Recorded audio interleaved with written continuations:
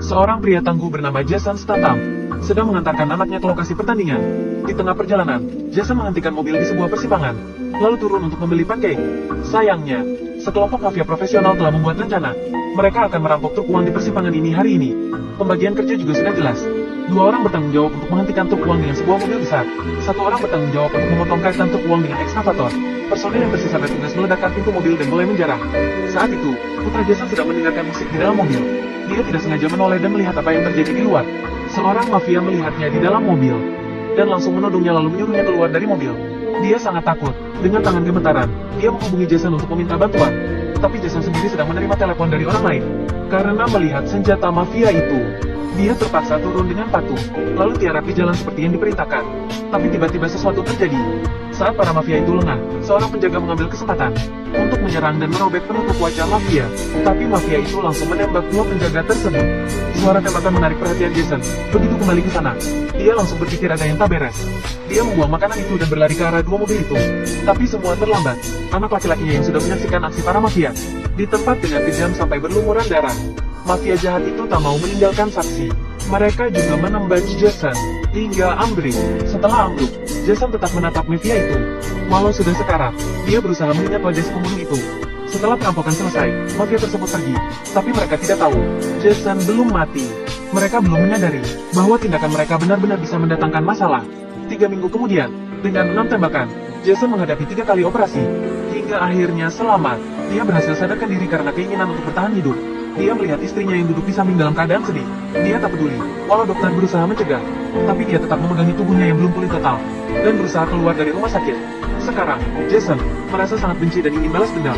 Hanya ada satu hal di hatinya sekarang, yaitu menemukan orang yang ada di ingatannya, demi balas dendam atas kematian tragis putranya. Setelah keluar dari rumah sakit, Jason langsung menemui eksekutif polisi. Meski dalam perampokan belum teridentifikasi, tapi dia masih memberinya daftar tersangka. Jason tahu bahwa polisi ini mencoba memanfaatkannya untuk membunuh, tapi itu bukan masalah baginya. Bagaimanapun, dia akan melakukannya. Jason berjanji untuk menyelesaikan semua orang di daftar tersebut dalam waktu 2 minggu. Polisi tersebut tentu tak bisa meminta apapun lagi. Mereka sepakat. Kemudian Jason memanggil anak buahnya. Ternyata, Jason adalah seorang kepala geng bandit terbesar di tempat itu, dan dikenal sangat kejam. Mike, Jordi, dan Leo adalah anak buah Jason yang paling lihai. Saat Jason sedang koma, mereka bertiga mendatangi orang-orang yang mereka curigai terlibat dalam pembunuhan itu. Tapi sama sekali tak bisa menemukan si pembunuh. Jason yang sudah kesal tak akan membiarkannya. Dia bergumam, kalian kira sudah melakukan yang terbaik? Yakin begitu? Markus paham apa yang dimaksud Jason. Babak pembersihan baru telah resmi dimulai. Menurut daftar yang disediakan oleh polisi, mereka mendatangi rumah seorang mafia. Dia depan istrinya. Mereka membawanya pergi. Tapi pria itu lumayan kuat. Walau sudah disiksa sampai wajahnya berlumuran darah, dia tetap menolak untuk mengatakan apapun. Jason terpaksa menangkap istrinya. Begitu melihat istrinya dikendalikan, dia langsung luluh. Dari pengakuannya, Jason akhirnya mengetahui satu nama. Menurut deskripsi pria ini, kelompok mafia tersebut sangat kejam. Perampokan itu kemungkinan ada hubungannya dengan mereka. Dari informasi yang diberikan, mereka langsung menemukan kelompok tersebut. Tapi setelah diselidiki, kelompok tersebut selalu melakukan perdagangan perempuan. Meskipun merampok truk uang juga, tapi mereka tak ada hubungannya dengan kejadian belakangan. Jason sangat kecewa. Dia mengambil pistol Jordi, kemudian menembak mereka satu persatu. Jason duduk sendirian di dalam mobil. Saat menyusul ke mobil, Markus agak ragu. Tapi karena Jason sudah melakukan banyak hal, dengan hati-hati dia mengatakan gagasan tak. Dia merasa Jason perlu melakukannya dengan cara yang tahu. Sebab mafia itu bisa melakukan tindakan yang sangat sempurna begitu. Pasti ada seorang pengkhianat dari perusahaan pengantar uang. Jason juga merasa jika dia terus membunuh tanpa pandang bulu akan berakhir dengan tidak baik. Jadi dia memutuskan untuk mengubah rencana. Dia meminta seseorang untuk memasukkan KTP-nya, termasuk SIM, asuransi, juga pengalaman kerja, bahkan catatan pajak lengkap. Dengan identitas baru, Jason langsung mendatangi perusahaan keamanan yang bertanggung jawab atas pengawalan untuk melakukan wawancara. Ini adalah perusahaan swasta yang menyediakan layanan keamanan bersenjata di Los Angeles. Dia ini kan menjadi petugas pengawalan di sana. Tapi sebelumnya, dia harus mengikuti beberapa ujian, dan harus mendapat nilai paling sedikit 70. Yang pertama adalah tes kebugaran jasmani, dan kemampuan Jason di treadmill. Pas di angka yang sesuai. Selanjutnya adalah tes keahlian menembak, tapi dia cuma bisa melewati lingkaran ke-6 atau ke-7, hampir tidak sampai ke sasaran. Yang terakhir adalah keterampilan mengemudi. Saat muncul, Jason malah menabrakkan bus, dan berhasil melewati garis penentuan. Semua nilainya bisa memenuhi persyaratan. Sebagai pengawas, dia menertawainya. Kalau saja kurang 1 poin saja, kita harus memulai dari awal lagi. Sebenarnya, Jason sengaja melakukan semua itu agar tidak dianggap lihai. Hal ini akan sangat membantunya untuk melacak si pengkhianat di sana. Dan sekarang bisa bergabung dalam perusahaan pengawas ini. Di hari pertama kerja, Dia diejek oleh rekan kerja wanita sebagai sapi betina. Rekan satu timnya juga mengejek bentuk tubuhnya. Bahkan manajer juga menantangnya. Seperti yang diketahui, Jason memang dikenal baik. Padahal dia sangatlah kejam. Di hari pertama menjalankan tugas, semuanya berjalan dengan lancar. Saat pulang kerja dan melakukan absen, Jason menyempatkan diri memotret semua informasi tentang anggota di sana. Saat menghadapi rekan kerja yang terus merendahkannya, dia sama sekali tak ambil pusing. Sebab dia tahu niat utamanya adalah melacak seseorang. Selama menjalankan misi, aksi perampokan yang ditunggu-tunggu Jason akhirnya terjadi. Bobby selaku kapten saat itu justru berhasil disandera mafia. Sopir mereka juga mulai kebingungan. Jason memandang perampok itu dengan tenang dan berkata pada sopir, "Duduklah di sini, jangan kemana-mana. Biar aku yang tangani mereka." Dia membuka pintu, lalu melempar kantong uang ke dalam mobil mafia. Tiba-tiba, dia dengan sengaja melemparkan sekantong uang ke jalan. Sementara yang lainnya datang untuk menantangnya. Jason bersembunyi di balik mobil dan mengganti pelurunya. Dia juga sempat menaikkan celananya.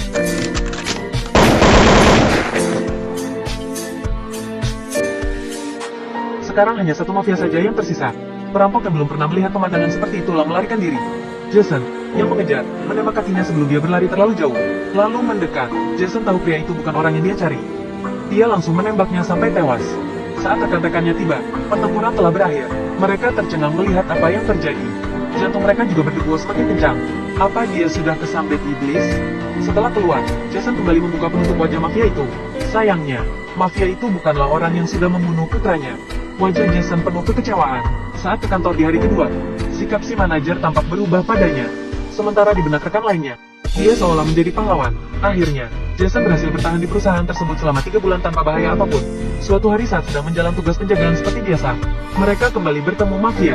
Cara merampok mereka kali ini lebih baik, yaitu dengan menyemprotkan cairan hitam ke kaca, juga menutup lubang akses menembak. Di saat yang sama, mereka melemparkan gas air mata dalam truk. Bobby yang sudah tak tahan langsung kabur keluar, tapi berhasil dicegat mafia yang sudah menunggu. Di bawah asap tebal, Jason terpaksa membuka pintu belakang lalu ikut keluar. Gangster itu berteriak dan mengarahkan Jason untuk berbaring di tanah. Jason melihat sosok dan suara yang familiar di depannya. Perlahan dia melepas handuk yang menutupi hidung dan mulutnya. Saat melihat wajah orang di depannya, mafia itu tak berkata apapun lagi, dan langsung mundur. Ternyata orang-orang ini adalah bawahan Jason, Marcus dan Jordi. Mereka terdiam. Awalnya hanya ingin merampok untuk menghidupi keluar. Tak disangka orang yang dirampok itu justru bos mereka sendiri. Setelah berurusan dengan pertanyaan rutin perusahaan, Jason bersiap untuk meluncurkan penyelidikan terhadap tersangka pertama yang telah dia identifikasi. Kebetulan wanita juga terkesan dengan penampilan Jason belakangan ini. Dia menunjukkan perhatiannya pada Jason. Sebelum melakukan penyelidikan, harus kenyang dulu. Coba lihat, Jason yang sudah kenyang langsung memanggil wanita yang sudah tertidur itu. Saat dia merasa enggan, Jason langsung menembak tanpa basa-basi. Wanita itu ketakutan, dan terpaksa mengatakan yang sebenarnya. Saat mengetahui uang tersebut adalah hasil curian, Jason sangat kecewa. Sementara itu, pembunuh anak Jason sedang melakukan konspirasi untuk membuat kasus besar. Kekacauan kecil yang sudah dilakukan bertahun-tahun tak lagi bisa memuaskan hasrat mereka. Kali ini pimpinan akan melakukan sesuatu yang lebih besar. Sebagai tabungan di masa pensiun, pimpinan mengakui bahwa rencananya kali ini lumayan berbahaya.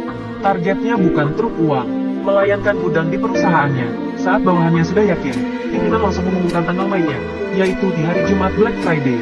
Lebih dari 180 juta dolar tunai akan disimpan di gudang hari itu. Akhirnya, Black Friday itu tiba. Kepala perusahaan keamanan memerintahkan semua personel keamanan untuk bersiap menghadapi musuh. Harus pergi dan kembali dari jalan yang berbeda. Dan jika ada sedikit gangguan, harus segera laporkan. Dia menegaskan, uang dan anggota sama pentingnya. Tak boleh ada yang kurang. Kali ini Jason kembali menjalankan misi tersebut dengan Bobby. Dalam perjalanan, Bobby akhirnya mengakui identitasnya. Ternyata dia adalah pengkhianat perusahaan. Dia juga berterus terang mengakui perampokan sebelumnya memang dilakukan atas kerjasama dengannya. Dia cukup percaya diri dengan timnya. Karena kehadirannya, mereka tak akan terkalahkan. Dia juga memperingatkan Jason, jika masih ingin hidup besok, maka dia harus menurut hari ini.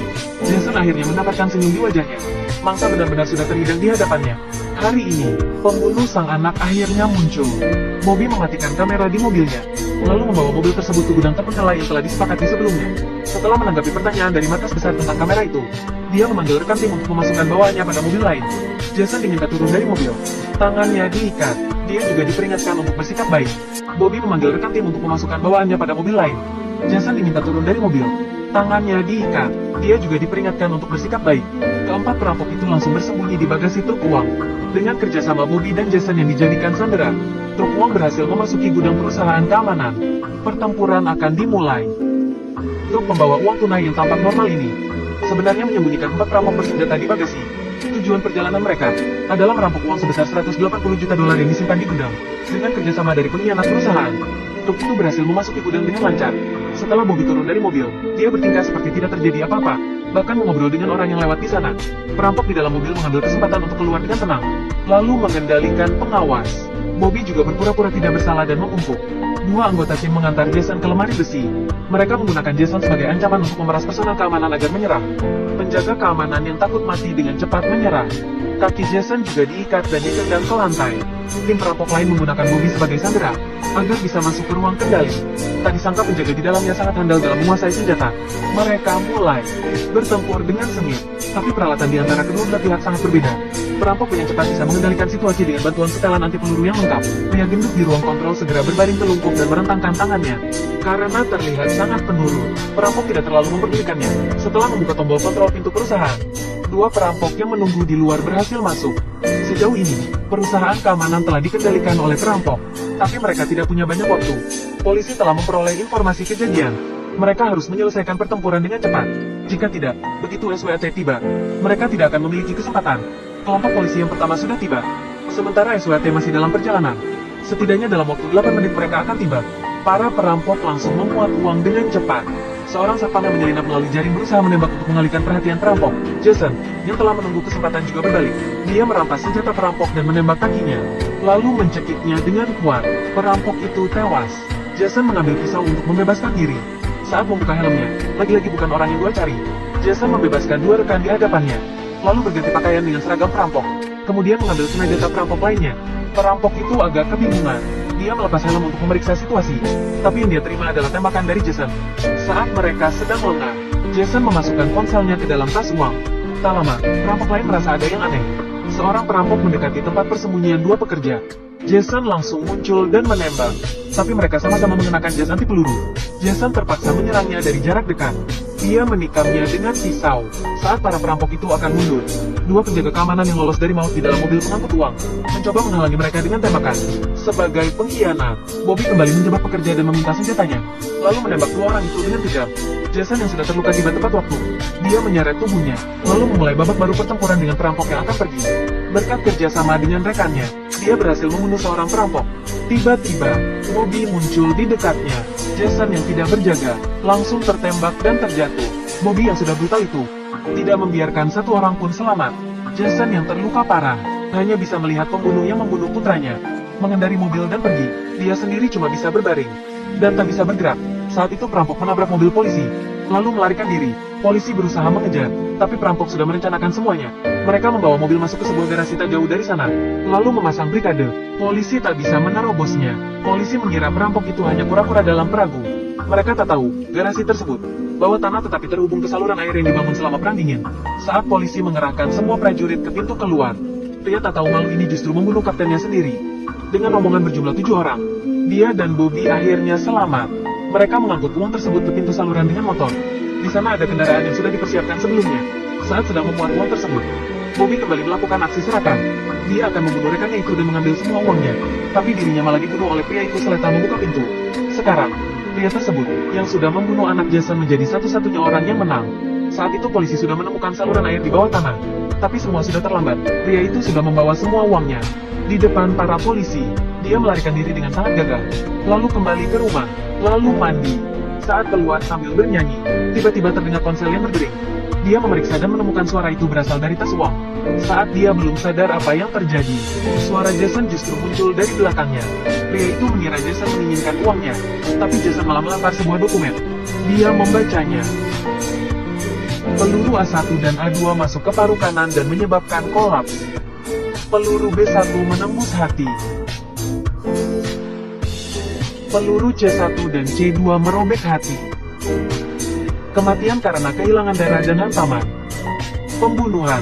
Saat melihat gambar anak laki-laki itu, dia akhirnya ingat siapa Jason. Jason menatap pria tersebut, sama dengan posisi peluru saat putranya ditembak. Jason membuatnya merasakan sakit yang sama. Begitu mengingat sosok anak itu, pria itu tetap tidak mengerti kenapa dirinya bisa kalah dengan seseorang yang tak ada hubungan dengannya. Sebagai seorang ayah, Jason akhirnya berhasil membalaskan dendam putranya. Pesan dari film ini menurut saya, kasih sayang seorang ayah melebihi nyawanya sendiri. Jadi, jangan menganggap masalah menyakiti perasaan orang lain itu hal yang sepele ya. Terima kasih sudah menonton. Dan jangan lupa, tekan tombol subscribe, supaya tidak ketinggalan alur cerita film terbaru lainnya.